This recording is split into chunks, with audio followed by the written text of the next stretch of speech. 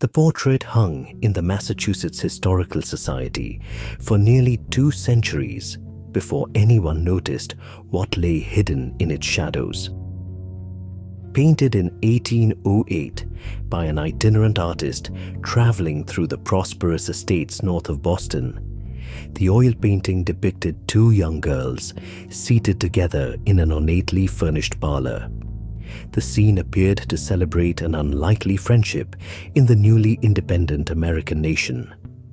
On the left sat 15-year-old Abigail Thornton, daughter of one of Massachusetts's wealthiest merchant families. Her auburn hair was powdered and styled in the elaborate fashion of the era, piled high with decorative combs. She wore a gown of emerald silk with ivory lace cascading from the sleeves, the fabric shimmering even in the aged painting. Her posture was perfect, her expression serene, embodying everything expected of a young woman from her elevated social class. Beside her sat a black girl of perhaps 16 years, whose name was recorded in the painting's documentation simply as Ruth. Her dress was finely made but noticeably simpler, a deep burgundy wool without the expensive silk and lace that adorned Abigail's gown. Her dark hair was arranged neatly beneath a white cap. Her hands were folded in her lap, and her expression held a quality that viewers had long interpreted as dignified composure. For generations, the portrait had been displayed as a testament to the Thornton family's progressive values. Museum placards described it as evidence of enlightened attitudes among certain northern families, suggesting that Ruth had been treated as something approaching an equal, a companion rather than merely a servant. The painting had been featured in numerous publications about early American life, always presented as a heartwarming exception to the brutal realities of slavery that persisted even in New England.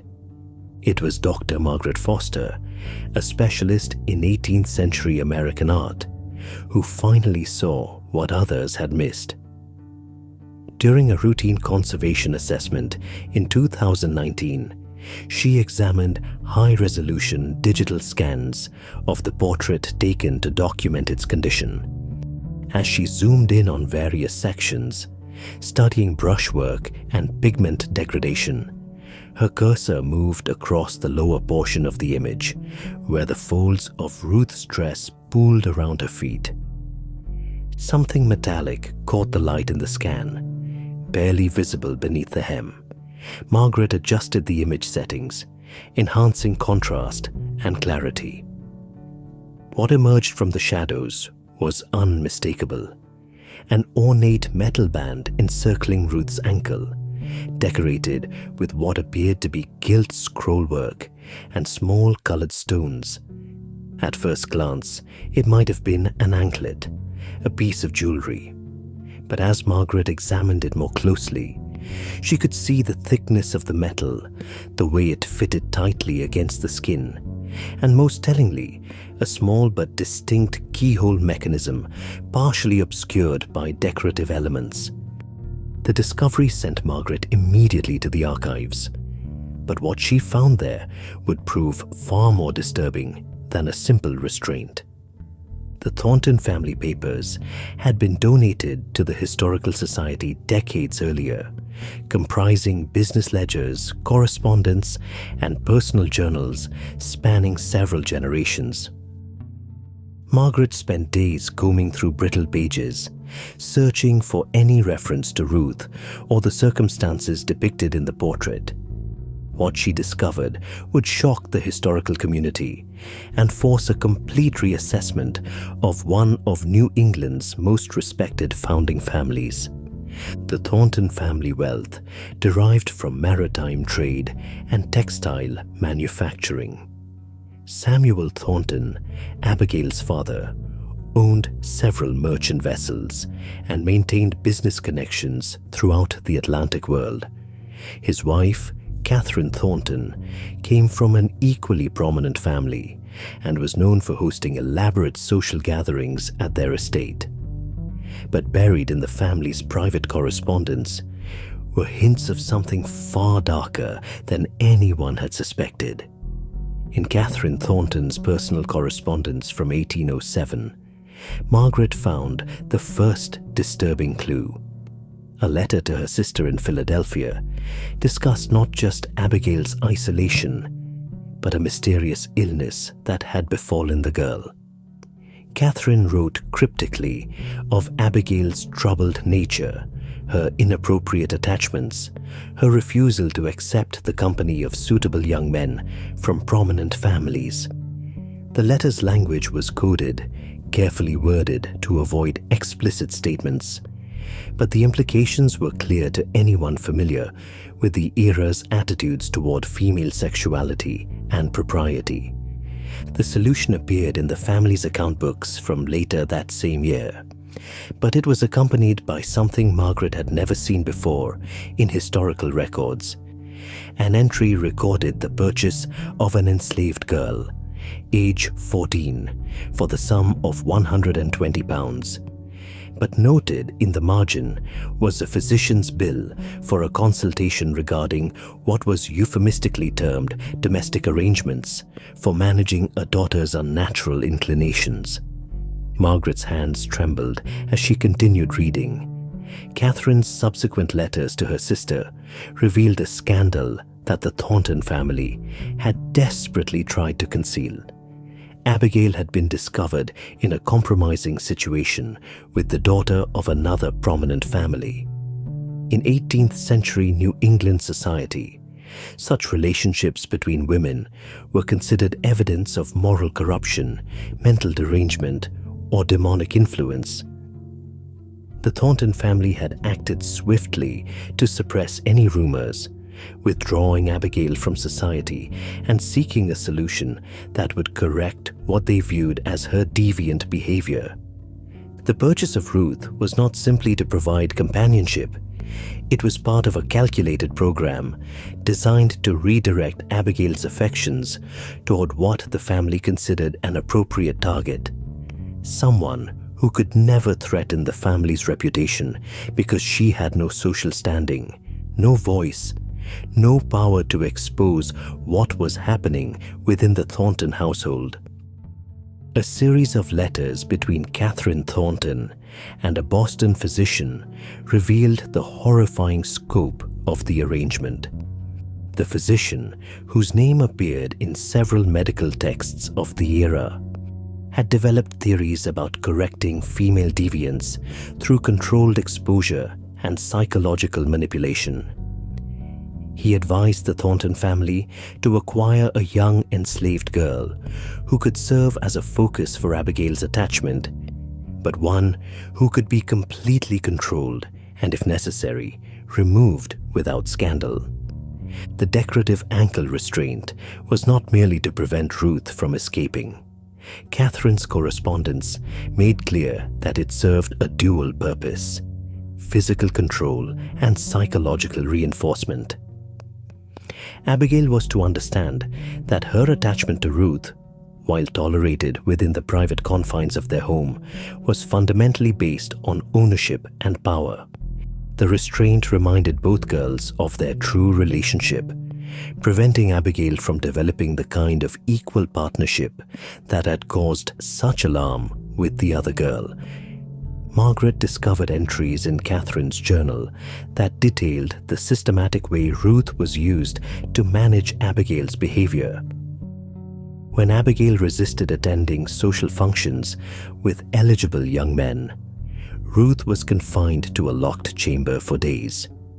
When Abigail complied with her parents' wishes, Ruth was permitted to sleep on a pallet in Abigail's room, chained to the bedpost. The relationship that Catherine proudly documented in her journals was not friendship, but a twisted system of reward and punishment, with Ruth's presence used as a tool to control Abigail's conduct.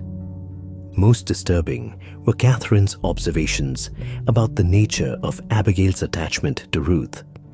She wrote with clinical detachment about how her daughter's devotion to her enslaved companion had replaced her previous inappropriate inclinations. Catherine viewed this as a successful therapeutic intervention, a way to channel Abigail's unacceptable desires toward a relationship that posed no threat to the family's social standing. She never seemed to consider Ruth's experience in this arrangement, never acknowledged that forcing an enslaved teenager into such a role constituted profound abuse. The Portrait Commission took on a sinister dimension in light of these revelations. Catherine's journal revealed that the painting was commissioned not simply to memorialize Abigail's coming of age, but as evidence of her reformation. The image was meant to demonstrate to other families in their social circle that Abigail had recovered from her earlier scandal, that she now maintained only appropriate, controlled relationships. The inclusion of Ruth, visibly restrained yet elegantly presented, sent a message about the family's power and their successful management of a potentially ruinous situation. As Margaret delved deeper into the archives, she found evidence that the Thornton family's practices were not unique, but part of a broader pattern among elite families dealing with daughters who failed to conform to social expectations. In several cases, families had acquired young enslaved women specifically for this purpose, using them as controlled outlets for affections that society deemed unacceptable, then disposing of them when daughters were successfully married off. Margaret's most shocking discovery came from a sealed section of the archives, documents that had been restricted from public access for decades due to their sensitive nature. Among these papers was a deposition given by a housemaid in 1810, 2 years after the portrait was painted. The maid had been dismissed from the Thornton household and, in retaliation, had provided testimony to local authorities about what she had witnessed. Her account described a household of systematic cruelty, hidden behind refined facades. She testified that Ruth was not merely restrained, but frequently punished for failing to respond appropriately to Abigail's attentions. The maid described scenes she had witnessed through partially open doors, Abigail alternating between lavishing affection on Ruth and raging at her when Ruth failed to reciprocate convincingly enough. Ruth was caught in an impossible position, required to submit to Abigail's emotional demands while maintaining appropriate deference, to accept affection from someone who owned her while never forgetting her place. The deposition had been suppressed. The Thornton family's influence extended to local magistrates, and the maid's testimony was dismissed as the vengeful lies of a dismissed servant. She had disappeared from local records shortly after giving her statement, and Margaret found suggestive evidence that the family had paid for her removal to a distant location where she could cause no further trouble. Most horrifying was what the deposition revealed about Ruth's attempt to escape. In the summer of 1785, Ruth had managed to slip away during a moment when her restraint had been removed for bathing. She had made it several miles before being captured and returned to the Thornton estate. Catherine's journal entries from that period were chilling in their casual cruelty. She described the punishment decided upon: a more secure restraint system, permanent confinement to the house, and a program of correction designed to ensure Ruth never attempted escape again. The housemaid's deposition described Ruth's condition after her failed escape attempt. She had been kept in isolation for weeks, emerged thinner and hollow-eyed, the decorative ankle band replaced with something heavier and more restrictive. The maid testified that she had heard Ruth weeping at night, that she had tried to offer comfort but had been forbidden from speaking to the girl. Margaret's research took an even darker turn when she discovered what happened after Abigail's marriage in 1788. Abigail had finally been successfully matched with the son of another merchant family, a union that brought together two commercial dynasties. Catherine's letters expressed relief that her daughter's reformation was complete, that the embarrassment of her earlier inclinations had been successfully overcome. Ruth's fate after Abigail's marriage was documented in the family's account books with brutal brevity. She had been sold to a southern planter for a sum considerably less than her original purchase price. The notation specified that she was being sold for field work, a dramatic demotion from her years as a household companion. There was no further record of what became of her after that sale, no mention of her in any Thornton family correspondence, as though she had simply been erased from their history. Except that Ruth had not been entirely erased. Margaret's most extraordinary discovery came from a different archive entirely, one that would validate everything she had uncovered and add even more disturbing details to Ruth's story. A small historical society in South Carolina possessed a collection of testimonies from formerly enslaved people, gathered in the 1850s by an abolitionist minister. Among these documents was a lengthy narrative from a woman named Ruth Thornton, who identified herself as having been enslaved in Massachusetts before being sold south. Ruth's testimony was devastating in its detail. She described her years with the Thornton family, the bewildering experience of being dressed in fine clothes and educated while being kept in literal chains. She spoke of Abigail's obsessive attachment, how the young white woman had treated her alternately as a cherished companion and a possession to be punished when she failed to perform affection convincingly enough. Ruth described the psychological torture of her situation. She had been required to accept Abigail's embraces, to sleep in her room, to endure constant physical proximity, while being reminded daily that she was property. When she had tried to maintain emotional distance, she had been punished through isolation and threats of being sold to harsher circumstances. When she had tried to escape, she had been subjected to brutal correction designed to break her spirit. Most shockingly, Ruth's testimony revealed that she had become pregnant during her final year with the Thornton family.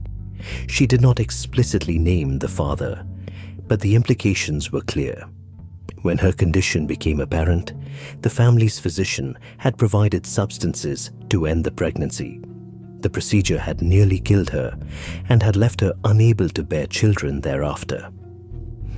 Shortly after her recovery, she had been hastily sold south, removed from Massachusetts before her condition could generate gossip.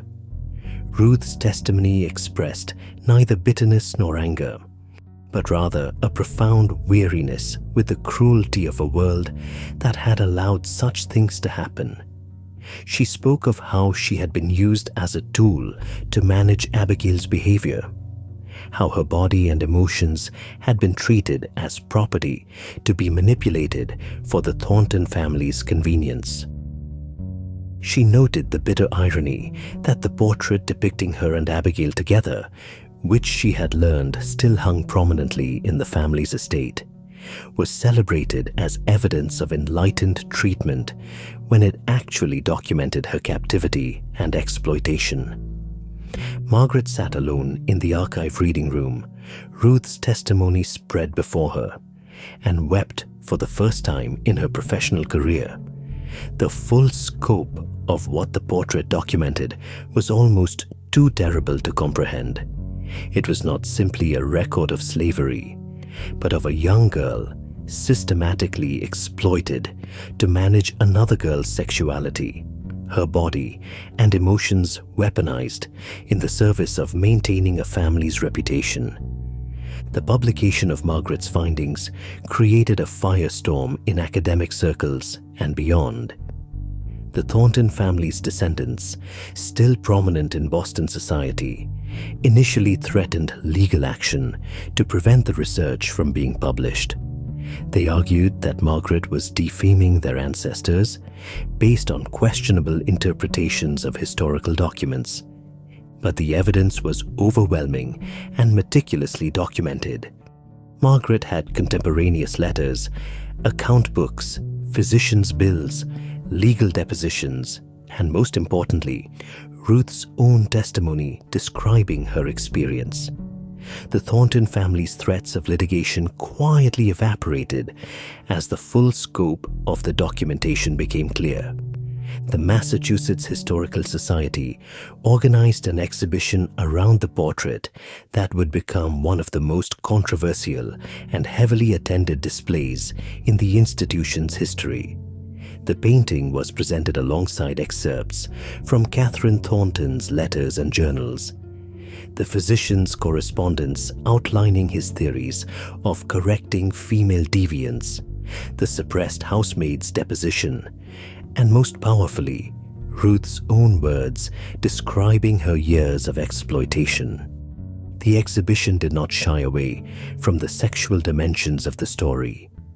It examined how 18th century attitudes toward female sexuality, particularly relationships between women, had created a context in which Ruth's exploitation could occur and be justified by those who perpetrated it.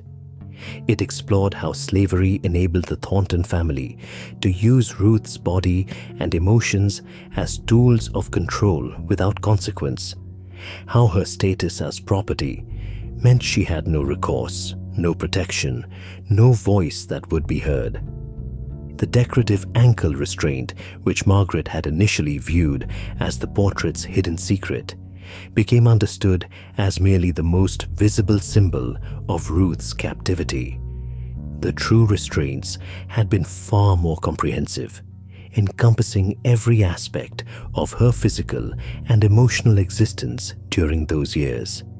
The exhibition sparked intense debate about how to present historical truth when that truth involves not just institutional oppression, but intimate exploitation. Some critics argued that the sexual dimensions of Ruth's story should be downplayed to avoid sensationalism. Others, including descendants of enslaved people and scholars of slavery's gendered violence, insisted that those dimensions were central to understanding the full scope of slavery's cruelty. Margaret's position was clear. Ruth had lived through these experiences, had survived to testify about them, had wanted her story known. To sanitize or obscure what happened to her in the name of respectability or comfort would be yet another act of erasure, another way of silencing her voice in service of protecting the reputations of those who had exploited her. The portrait of Abigail and Ruth now hangs in a different context entirely.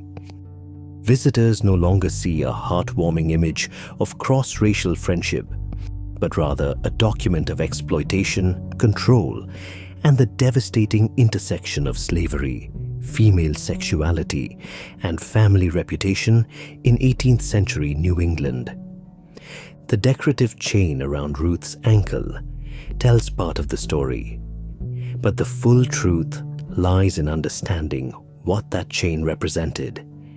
Not just physical captivity, but a young woman's body and emotions used as instruments to control another young woman's behavior, all sanctioned by a society that granted absolute power to wealthy white families over those they enslaved. Ruth's testimony, preserved across centuries, ensures that the portrait can never again be viewed innocently. Her words, describing years of psychological and physical exploitation, of being forced into intimacy while being kept in literal chains, of having her body violated and her capacity for motherhood destroyed to protect a powerful family's reputation, transformed the painting from a celebration of enlightened values into evidence of profound evil disguised as refinement. The hidden chain was never the real secret. The real secret was what that chain enabled, the uses to which Ruth's captivity was put, the exploitation that occurred behind the closed doors of one of New England's most respected households. That secret, once revealed, could never be concealed again.